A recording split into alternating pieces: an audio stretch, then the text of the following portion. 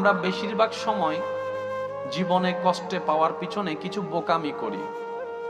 সেটার মধ্যে একটি বোকামি হচ্ছে আমরা সামনের জনকে সবসময় নিজের মতো করে চাই, নিজের মতো করে ভাবি, নিজের মতো করে পাইতে চাই, নিজের মতো করে নিজের পছন্দের জিনিস তার ভিতর থেকে দেখতে চাই। এবার আমার পছন্দ আমার মনের ভিতরে, আমি যার থেকে চাচ্ছি ওনার পছন্দ ওনার মনের ভিতরে। যেমন কেউ লাল রং পছন্দ করে, কেউ সাদা রং পছন্দ করে। এবার আমি যদি চাই লাল রংটাই আমার লাগবে, কিন্তু আমার সামনের জনের পছন্দ তো সাদা, উনি তো আর লাল দিতে পারবে না।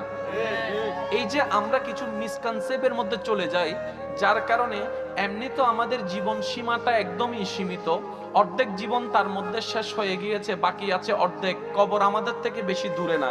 এই অল্প জীবনটাই আমরা দেখেন ডিপ্রেশনে অর্ধেক সময় শেষ, দুশ্চিন্তায় অর্ধেক সময় শেষ, টেনশনে অর্ধেক সময় শেষ, ঝগড়াতে অর্ধেক সময় শেষ, সমালোচনা করে অর্ধেক সময় শেষ, অন্যকে নামাইতে চিন্তা করে অর্ধেক সময় শেষ, বদনাম করতে করতে অর্ধেক সময় শেষ, অন্যের পিছনে গুতাগুতি করতে করতে অর্ধেক সময় শেষ, অন্যের সংসার কিভাবে ভাঙবে সে চিন্তা করতে করতে অর্ধেক সময় শেষ।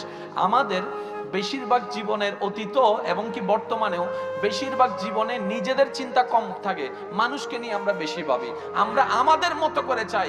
মনে রাখবেন ভাইয়েরা, এই জীবনটা সাময়িক সময়ের জন্য। এই দুনিয়াতে আমরা কেউ চিরস্থায়ী থাকতে আসিনি, সবাই মেহমান হয়ে এসেছি। আমরা কেউ চিরস্থায়ী থাকার জন্য আসিনি। অতীতের গুলাও চলে গিয়েছে, আমাদেরও চলে যেতে হবে। কিন্তু আমাদের এই দুনিয়ার জীবনটাকে আল্লাহ তাআলা দিয়েছেন পরকালকে সাজানোর জন্য, দুনিয়ার নিয়ামত নেওয়ার জন্য। সুবহানাল্লাহ।